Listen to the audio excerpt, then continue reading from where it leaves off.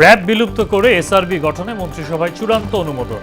বদলে যাচ্ছে অর্থবছর, নতুন সময় 1 এপ্রিল থেকে 31 মার্চ নির্ধারণ। ধ্বংসস্তূপের উপর দাঁড়িয়ে দেশ পুনর্গঠন করছে সরকার, জানালেন রিজভী। নির্বাচনী প্রতিশ্রুতি পূরণে কাজ করার অঙ্গীকার। বিচারপতি খায়রুল হকের দেশ ত্যাগে আদালতে নিষেধাজ্ঞা। জুলাই হত্যাযজ্ঞ মামলায় কাদের সহ 7 জনের যুক্তিতর্ক শেষ, যে কোনো দিন রায়। এবং তিস্তা সংকট মোকাবেলায় কাজ করছে সরকার, জানালেন পানি সম্পদ মন্ত্রী।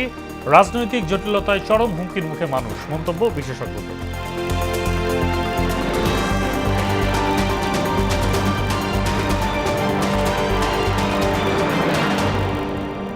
আসসালামু আলাইকুম, স্বাগত মোহনা সংবাদে। এতক্ষণ শুনছিলেন শিরোনাম, পুরো সংবাদের সঙ্গে আছি মোহাম্মদ সাইফুল ইসলাম খান। র্যাব বিলুপ্ত করে পুলিশ বাহিনীর আওতায় স্পেশাল রেসপন্স ব্যাটালিয়ন এসআরবি নামে একটি বিশেষায়িত ইউনিট প্রতিষ্ঠার জন্য নতুন একটি আইনের খসড়ার নীতিগত ও চূড়ান্ত অনুমোদন দিয়েছে মন্ত্রিসভা।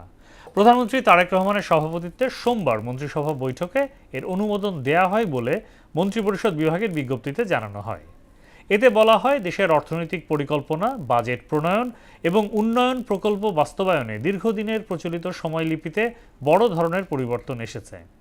প্রচলিত 1 জুলাই থেকে 30 জুন অর্থবছরের পরিবর্তে নতুন করে 1 এপ্রিল থেকে 31 মার্চ পর্যন্ত অর্থবছর নির্ধারণ করেছে আজকের মন্ত্রিসভা। দায়িত্ব নেওয়ার পর থেকে বর্তমান সরকার প্রতিশ্রুতি পূরণে কাজ করে যাচ্ছে বলে জানিয়েছেন প্রধানমন্ত্রীর রাজনৈতিক উপদেষ্টা রুহুল কবির রিজভী। সরকার প্রধানের আরেক উপদেষ্টা নজরুল ইসলাম খান বলেন, 6 মাসে সামর্থ্যের ঘাটতি থাকলেও আন্তরিকতার অভাব ছিল না।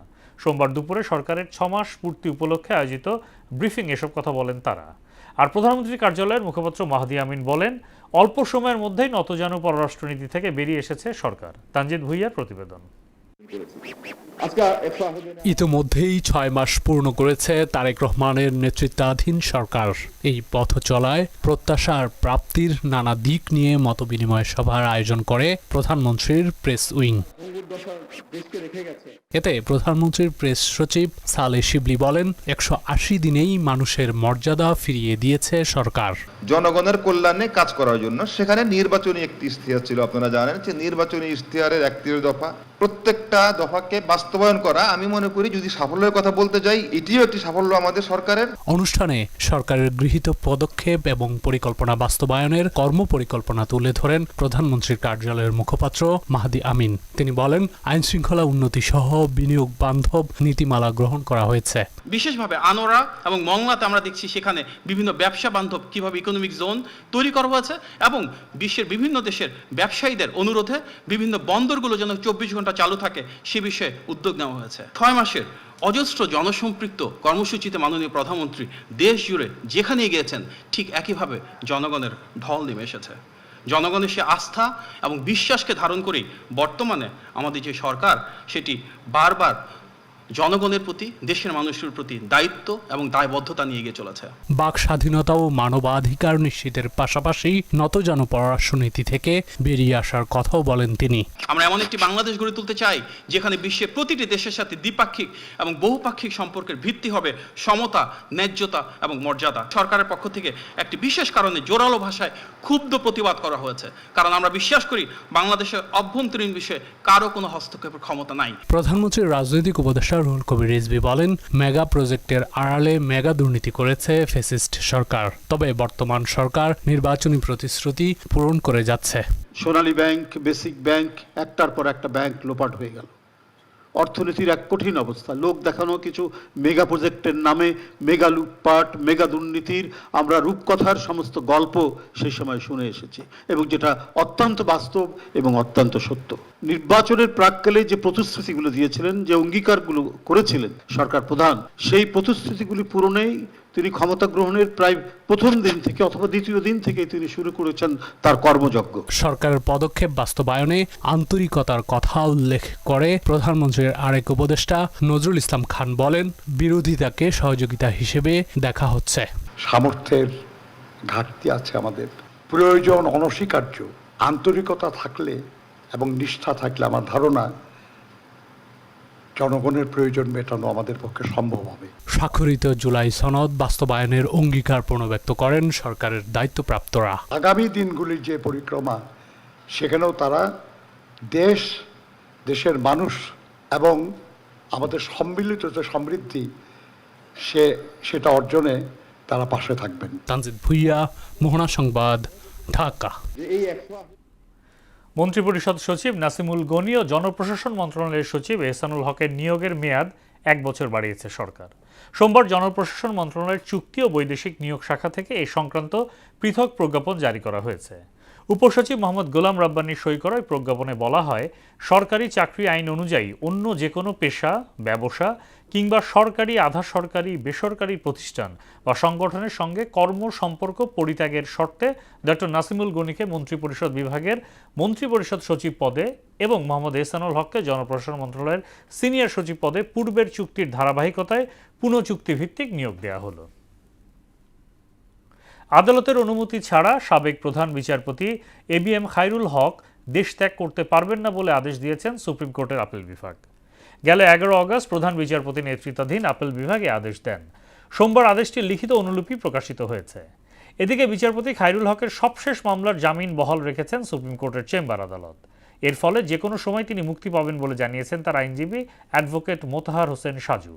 খায়রুল হকের বিরুদ্ধে সবশেষ মামলাটি ছিল রাজধানীর বনানী থানায় দায়ের করা হত্যা চেষ্টা মামলা। বিচারপতি KM জাহিদ সারোয়ার ও বিচারপতি শেখ আবু তাহেরের হাইকোর্ট বেঞ্চ তাকে জামিন দেন। এ মামলায় জামিন বহাল রেখেছেন চেম্বার আদালত। ওবায়দুল কাদের সহ আওয়ামী লীগ ও এর অঙ্গ সংগঠনের 7 নেতার বিরুদ্ধে জুলাই আন্দোলনে মানবতা বিরোধী অপরাধ মামলার যুক্তিতর্ক শেষ হয়েছে। মামলাটি এখন রায়ের জন্য অপেক্ষমাণ রাখা হয়েছে। আসামিদের বিরুদ্ধে সর্বোচ্চ সাজার প্রত্যাশা প্রসিকিউশনের, আর আসামি পক্ষের দাবি পর্যাপ্ত প্রমাণ দিতে পারেনি প্রসিকিউশন। এদিকে নতুন আরেক মামলায় 3 সাংবাদিককে হাজির করার পরোয়ানা জারি করেছে ট্রাইব্যুনাল। মুদাসির আলীর প্রতিবেদন।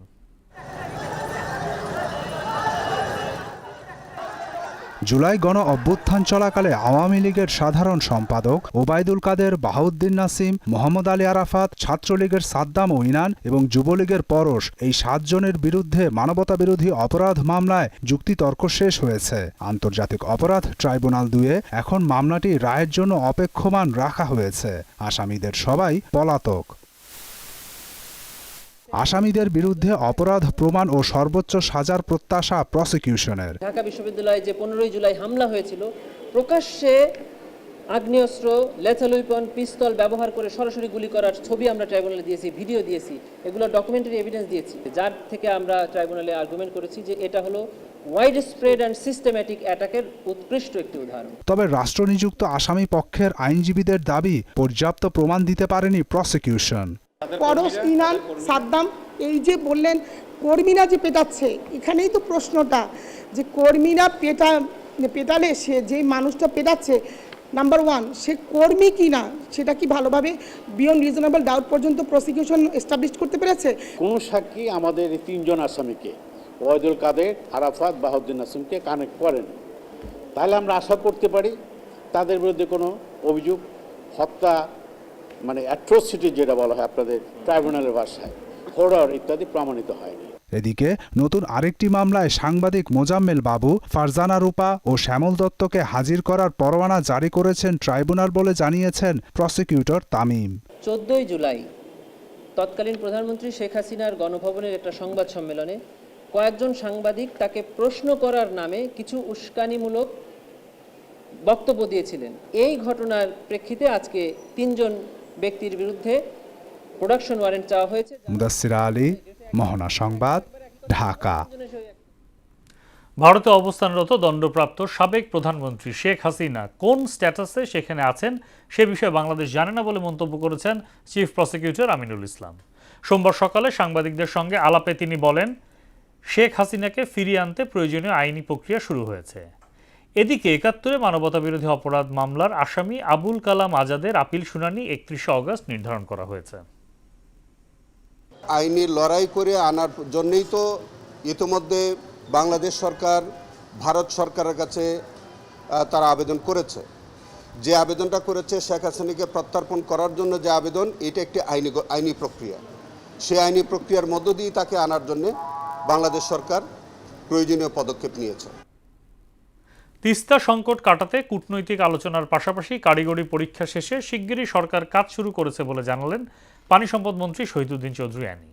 সোমবার সকালে বাংলাদেশ প্রকৌশল বিশ্ববিদ্যালয় বুয়েটে তিস্তা নদীর টেকসই ব্যবস্থাপনা শীর্ষক সেমিনারে তিনি কথা বলেন। এ সময় বিশেষজ্ঞরা বলেন, ভৌগোলিক ও পরিবেশগত বিপর্যয়, অসম পানি বন্টন এবং রাজনৈতিক জটিলতায় চরম হুমকির মুখে তিস্তা অববাহিকার জীবন জীবিকা। মফিউর রহমানের রিপোর্ট। বর্ষায় নেমে আসা পাহাড়ি ঢলের বিপরীতে শুকনো মৌসুমে চরম পানিশূন্যতা, সব মিলিয়ে তিস্তা নদীর অববাহিকায় বসবাসকারী মানুষের দুর্ভোগ এখন চরমে। বুয়েটে অনুষ্ঠিত তিস্তা নদীর টেকসই ব্যবস্থাপনা শীর্ষক সেমিনারে বক্তারা বলেন, চুক্তি স্বাক্ষরের দ্বারপ্রান্তে পৌঁছলেও গেল সরকারের নতজান পররাষ্ট্রনীতি ও ভারতের পশ্চিমবঙ্গের আপত্তির কারণে তিস্তা পানি বন্টন চুক্তি আটকে যায়। সেমিনারে অংশ নেয় বিশেষজ্ঞরা বলেন, তিস্তা অববাহিকার মানুষের কষ্ট লাঘবে পরিবেশগত প্রভাব সঠিকভাবে মূল্যায়ন করে দ্রুতই মহাপরিকল্পনা ও চুক্তি বাস্তবায়ন করা জরুরি। তিস্তা মহাপরিকল্পনা বাস্তবায়নের আন্দোলনটা এখন উত্তরবঙ্গের মানুষের একটা সামাজিক আন্দোলনে পরিণত হয়েছে। তিস্তার চুক্তি হলে আমি জানবো আমি কতটুকু পানি পাবো। সেমিনারে দুর্যোগ ব্যবস্থাপনা মন্ত্রী জানান, প্রধানমন্ত্রী তিস্তা প্রকল্প নিয়ে একাধিকবার বৈঠকে বসে দ্রুত মতামত তৈরির নির্দেশনা দিয়েছেন। আর পানি সম্পদ প্রতিমন্ত্রী জানান, প্রধানমন্ত্রীর প্রতিশ্রুতি অনুযায়ী ইতিমধ্যেই ৯ সদস্যের টেকনিক্যাল কমিটি গঠন করে টেকসই পরিকল্পনা ও তিস্তা চুক্তি বিষয়ে কাজ শুরু হয়েছে। ভারতের সঙ্গে আমরা আমাদের তিস্তা চুক্তি যেন আমরা চুক্তি করতে পারি। তিস্তা পরের হায়াকার যখন আমরা দেখি, আমরা সেই জায়গাটাকে অ্যাড্রেস করতে চাই। পানি সম্পদ মন্ত্রী বলেন, বন্ধু দেশের সঙ্গে সম্পর্কের অবনতি না ঘটিয়েই নিজেদের জাতীয় স্বার্থ রক্ষা করা হবে। তবে দ্বিপাক্ষিক আলোচনার পাশাপাশি তিস্তা পাড়ের মানুষের প্রতিশ্রুতি পূরণে তিস্তা মহাপরিকল্পনা চ্যালেঞ্জ মোকাবিলা করে এগিয়ে যাবে সরকার। বন্ধু দেশেই তো বন্ধু দেশের স্বার্থ রক্ষা করবে। আমাদের স্বার্থের প্রতি তারা নজর দেবেন। আমাদের সঙ্গে তাদের বন্ধুত্বের সম্পর্কের অবনতি হোক, এটা কখনো আমরা চাই না। দেশের স্বার্থে, জনগণের স্বার্থে আমাদেরকে এই চ্যালেঞ্জ নিয়েই তিস্তা চুক্তি এবং তিস্তা মহাপরিকল্পনা নামে হোক, আমরা সে বাস্তবায়নের দিকে এগিয়ে যাব। তিস্তা চুক্তি সম্পাদনে কূটনৈতিক প্রচেষ্টা জোরদারের পাশাপাশি নদী শাসন, ড্রেজিং ও টেকসই কারিগরি অবকাঠামো নির্মাণের মাধ্যমে তিস্তা মহাপরিকল্পনা বাস্তবায়নই হতে পারে উত্তরবঙ্গের স্থায়ী অর্থনৈতিক মুক্তির পথ। মফিউর রহমান, মোহনা সংবাদ, ঢাকা। চলতি অর্থ বছরে সরকার 5টি স্থানীয় নির্বাচন শেষ করবে বলে জানিয়েছেন স্থানীয় সরকার প্রতিমন্ত্রী মীর শাহে আলম। সোমবার সকালে সচিবালয়ে পল্লী উন্নয়ন ও সমবায় বিভাগের আওতাধীন প্রতিষ্ঠানসমূহের সৌর বিদ্যুৎ ব্যবহার সংক্রান্ত পর্যালোচনা সভা শেষে তিনি বলেন, সরকারের 6 মাস প্রত্যাশা অনুযায়ী সন্তোষজনক নয়। নবায়নযোগ্য জ্বালানি কার্যকর করতে প্রয়োজনীয় অর্থ বরাদ্দ দেওয়ার পরিকল্পনা তুলে ধরে প্রতিমন্ত্রী বলেন, এই খাতে অতিরিক্ত বিদ্যুৎ উৎপাদন হলে তা জাতীয় গ্রিডে যুক্ত করা হবে। এই লক্ষ্যে সরকার কমিটি গঠন করবে বলেও জানান মীর শাহে আলম। আমরা তো বাঁচি যত তাড়াতাড়ি নির্বাচনটা দিয়ে জনপ্রতিনিধিদের হাতে দায়িত্ব দিতে পারবো, কিন্তু এখানে নির্বাচন কমিশনের প্রস্তুতি, অর্থের সংশ্লিষ্টতা রয়েছে, অর্থের বিষয় রয়েছে, সব মিলিয়ে আমরা চেষ্টা করব যে যত দ্রুত নির্বাচনগুলো শুরু করা যায়। আমি আবারও বলছি, অর্থ বছরের মধ্যে শেষ করব। শহীদ প্রেসিডেন্ট জিয়াউর রহমান ধর্ম ও নৃতাত্ত্বিক পরিচয়ের পরিবর্তে নাগরিক পরিচয়ের ভিত্তিতে বাংলাদেশি জাতীয়তাবাদের দর্শন প্রবর্তন করেছেন বলে দাবি করেছেন তথ্য ও সম্প্রচার মন্ত্রী জহিরুদ্দিন স্বপন। সোমবার বিকেলে জাতীয় প্রেস ক্লাবে বাংলাদেশি জাতীয়তাবাদ, তারেক রহমান ও বর্তমান প্রেক্ষাপট শিরোনামে একটি বইয়ের মোড়ক উন্মোচন অনুষ্ঠানে তিনি কথা বলেন। বর্তমান সরকারের 6 মাসের কর্মসূচি উল্লেখ করে তিনি বলেন, বিগত সরকারের রেখে যাওয়া অপরাজনীতির জঞ্জাল দূর করছেন বর্তমান প্রধানমন্ত্রী। মুসলিম অমুসলিম, বাঙালি অবাঙালির পরিচয়ের যে রক্তাক্ত ইতিহাস এবং ঐতিহ্য, তার প্রেক্ষাপটে শহীদ জিয়াউর রহমান বাংলাদেশি জাতীয়তাবাদকে কাঠামোবদ্ধ করেছেন। ধর্ম এবং নৃতাত্ত্বিক পরিচয়ের বদলে নাগরিক পরিচয়ের ভিত্তিতে বাংলাদেশি জাতীয়তাবাদের দর্শনকে তিনি প্রবর্তন করেছেন। বাংলাদেশি জাতীয়তাবাদ হচ্ছে সবচেয়ে শক্তিশালী মতাদর্শ এবং যার মধ্যে লুকিয়ে আছে আমাদের সমস্ত শক্তি সম্ভাবনা। রাজধানীতে গ্যাসের জন্য ঘন্টার পর ঘন্টা পাম্পে অপেক্ষা করছে মানুষ। 2 ঘন্টারও বেশি সময় থাকতে হচ্ছে লাইনে। গ্যাস সংকটে ভোগান্তির পাশাপাশি কমে যাচ্ছে তাদের দৈনিক আয়। সংসারের খরচ চালাতে হিমশিম খাচ্ছে অনেক চালক। বিস্তারিত জানাচ্ছেন এমদাদুল হক খান। গ্যাস স্টেশনের সামনে দীর্ঘ লাইন, গাড়িতে বসে অপেক্ষা করছেন চালকরা। কেউ ঘুমাচ্ছেন, কেউ মোবাইল দেখছেন, আর কেউ স্টেশনের দিকে তাকিয়ে আছেন বিষণ্ণ দৃষ্টিতে। একজন চালকের কাছে প্রতি ঘন্টার মূল্য অনেক। দিন শেষে গাড়ির জমা, জ্বালানি, খাবার সব খরচ বাদ দিয়ে যা থাকে তা দিয়েই চলে সংসার। কিন্তু গ্যাসের জন্য দীর্ঘ অপেক্ষা, কর্মঘণ্টা কমে যাচ্ছে, কমছে ট্রিপ ও আয়। 3 ঘন্টা 4 ঘন্টা বয়ে থাকতে হয়, গ্যাস পাই না ঠিক মতন। মালিকের জমা দিয়ে আমরা বর্তমান খুব খারাপ অবস্থায় আছি। এই মানুষগুলোর কাছে গ্যাস শুধু একটি জ্বালানি নয়, এটাই তাদের পরিবারের খাবার, সন্তানের পড়াশোনা আর ঘর ভাড়া রোজগারের অন্যতম অবলম্বন। কালকের রাত 2টা বাজে বাইরেছি, একবার খালি গ্যাস নিয়েছি 100 টাকা। এ বন্ধ গ্যাস নিতে পারি না। গ্যাস লইলে তাও ফুল ওঠে না। 100-120 টাকার 80 টাকার গ্যাস উঠলে 2-3 ডিপ মারলে আমাদের গ্যাস শেষ হয়ে যায়। লাইনে দাঁড়িয়ে থাকা এই মানুষটির হয়তো ঘরে অপেক্ষা করছেন স্ত্রী, সন্তান অপেক্ষা করছে বাবার ফেরার, কিন্তু বাবা তখনও আটকে আছেন গ্যাসের লাইনে। একটি গাড়ি, একটি স্টিয়ারিং আর প্রতিদিনের অনিশ্চয়তার উপর নির্ভর করে চলছে পরিবার। রাস্তায় এসে গ্যাস নাই, বাসায় যাই কারেন্ট নাই, তা আমরা খাবো কিভাবে? আমরা শান্তি চাই, শান্তিতে থাকতে চাই, শান্তিতে ঘুমাইতে চাই, রাস্তায় ইনকাম করতে চাই, 2 ডাল ভাত খেতে চাই, আমরা সেটা তো পারি না। গ্যাস সংকটে ভোগান্তিতে পড়েছেন ব্যক্তিগত গাড়ি চালকরাও। দীর্ঘ সময় লাইনে থেকে হতাশ তারা। 2 দিন আগে 7 ঘন্টা দাঁড়িয়ে থেকে গ্যাস নিয়ে গেছি, তাও গ্যাসের প্রেশার পাইছি 120, মানে খুব কম। গ্যাস পাম্পে মেশিন বন্ধ, এই দুর্ভোগে আছি, 5 ঘন্টা ধরে বসা যাব। অন্যদিকে গ্যাস সংকটে রাজধানীর বেশিরভাগ পরিবারেই ঠিকমতো জ্বলছে না চুলা। এতে ব্যাহত হচ্ছে মানুষের দৈনন্দিন জীবনযাপন। এমদাদুল হক খান, মোহনা সংবাদ, ঢাকা। পাবনার রূপপুর পারমাণবিক বিদ্যুৎ কেন্দ্র থেকে আগামী মাস থেকে পরীক্ষামূলকভাবে 300 মেগাওয়াট বিদ্যুৎ পাওয়া যেতে পারে। সেই লক্ষ্যে বিদ্যুৎ কেন্দ্রে এখন জোরে সোরে পরীক্ষা নিরীক্ষা চলছে। সব প্রক্রিয়া ঠিক থাকলে আগামী কয়েক মাসের মধ্যে প্রথম ইউনিটটি পূর্ণ ক্ষমতায় বিদ্যুৎ উৎপাদনে যেতে পারবে। দেশের গ্যাস ভিত্তিক বিদ্যুৎ উৎপাদনে চলমান সংকটের কারণে গ্রাহক পর্যায়ে লোডশেডিং বাড়ছে। এমন পরিস্থিতিতে বিকল্প বিদ্যুৎ উৎস হিসাবে এই পারমাণবিক কেন্দ্রটির দিকে তাকিয়ে রয়েছে পুরো দেশ। বিদেশি শিক্ষার্থীদের বাংলাদেশে পড়াশোনার সুযোগ বাড়াতে ভিসা নীতি সহজ করার উদ্যোগ নিচ্ছে সরকার। সোমবার দুপুরে রাজধানীর একটি হোটেলে আয়োজিত সেমিনারে একথা জানান শিক্ষামন্ত্রী আনম এহসানুল হক মিলন। বলেন, প্রক্রিয়া সহজ হলে দেশে বিদেশি শিক্ষার্থী আসার হার আরও বাড়বে। তিনি বলেন, সরকারের 180 দিনের পরিকল্পনার অংশ হিসাবে শিক্ষা খাতে নানা ইতিবাচক পরিবর্তন আনা হচ্ছে। আরও জানাচ্ছেন উষা ফেরদৌস।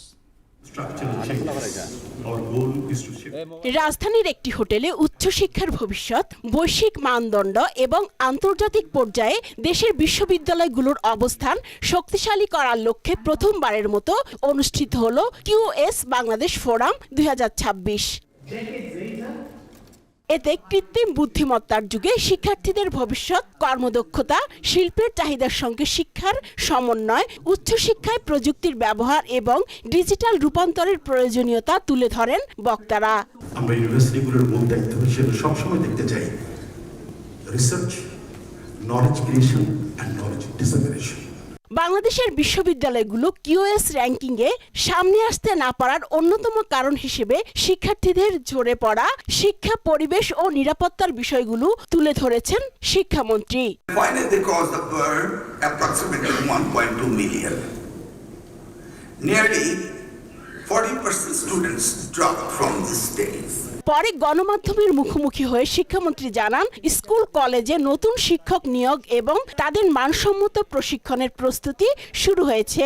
পাবলিক স্কুল সিস্টেমে মাদ্রাসা স্কুলে প্রায় 77,000 শিক্ষক নিয়োগ দিতে হবে। সেটা দেওয়ার আগে আমাদের যারা বিভিন্ন দূর দূরান্তে পোস্টিং রয়েছে সেটা ট্রান্সফারের ব্যবস্থা আমরা আশা করছি আজকালের মধ্যেই সেটা শুরু করতে যাচ্ছি, ট্রান্সফারের বিষয়টা। তারপর আমরা নিউ রিক্রুটমেন্টের দিকে যাচ্ছি। কোয়ালিটি এডুকেশন, টিচার্স ট্রেনিং, সেগুলি হচ্ছে আমাদের মূল পথ যেদিকে আমরা যেতে চাচ্ছি। বিদেশি শিক্ষার্থী আকৃষ্ট করতে ভিসা প্রক্রিয়া সহজ করার বিষয়ে প্রয়োজনীয় নির্দেশনা দেওয়া হয়েছে বলেও জানান শিক্ষামন্ত্রী। ফরেন স্টুডেন্ট অ্যাট্রাক্ট করাতে হলে ভিসা পলিসিটাকে ইজি করতে হবে এবং আমরা ক্যাবিনেটে আলোচনা করেছি, তারপর ডিটেলস আমরা এটাকে ব্রেক থ্রু করেছি। নেক্সট ক্যাবিনেট মিটিংয়েই এই ভিসা পলিসি নিয়ে আমাদের একটা নির্দেশনা আসছে। উষা ফেরদৌস, মোহনা সংবাদ, ঢাকা। আগামী 2 সপ্তাহের মধ্যে হকারদের শৃঙ্খলার মধ্যে আনা হবে জানিয়েছেন ঢাকা দক্ষিণ সিটি কর্পোরেশনের প্রশাসক আব্দুস সালাম। সোমবার বিকেলে নগর ভবনের হকার ব্যবস্থাপনা বিষয়ক মতবিনিময় সভায় তিনি একথা বলেন। হকারদের জন্য নতুন নীতিমালার কথা জানিয়ে তিনি বলেন, সরকারের পক্ষ থেকে হকারদের জন্য নতুন নীতিমালা করা হয়েছে। রেজিস্ট্রেশনের মাধ্যমে হকারদের নির্ধারিত জায়গা দেয়া হবে, যেখানে সিটি কর্পোরেশন এককালীন নিবন্ধন ফি আদায় করবে 5,000 টাকা। এছাড়া বাৎসরিক নবায়ন ফি নেওয়া হবে 2,500 টাকা এবং মাসিক ভাড়া 3,000 টাকা। ফুটপাত আমরা কোথাও দেব না। কি হকার ভাইরা ঠিক আছে? ফুল ফুটপাত আমরা দেব না। ফুটপাতের একটা অংশ যেখানে লোক চলাচল করার জন্য ওপেন থাকবে, সে জায়গাতে লোক চলাচল করতে হবে। আর যে জায়গায় একেবারে ফুটপাত একেবারেই ছোট, সে জায়গায় আমরা হকার দেব না। হকাররাও থাকুক, কিন্তু একটা ডিসিপ্লিনে থাকুক। আগামী 2 সপ্তাহ কিন্তু আমরা সময় নিলাম।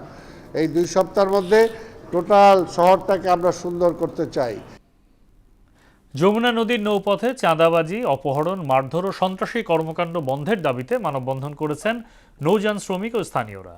সিরাজগঞ্জের বেলকুচিতে যমুনা নদীর পাড়ে দাঁড়িয়ে তারাই মানববন্ধন করেন। মানববন্ধনকারীরা বলেন, নৌপথে নিরাপদে চলাচল নিশ্চিতে দ্রুত প্রশাসনিক পদক্ষেপ জরুরি।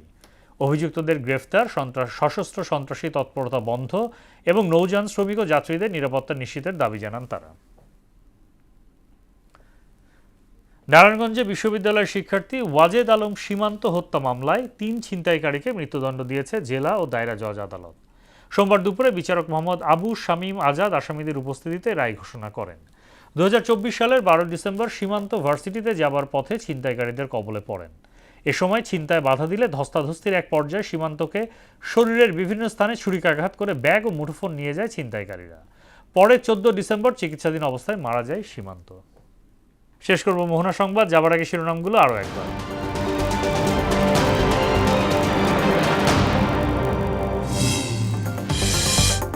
র্যাব বিলুপ্ত করে এসআরবি গঠনে মন্ত্রিসভায় চূড়ান্ত অনুমোদন, বদলে যাচ্ছে অর্থ বছর। নতুন সময় 1 এপ্রিল থেকে 31 মার্চ নির্ধারণ।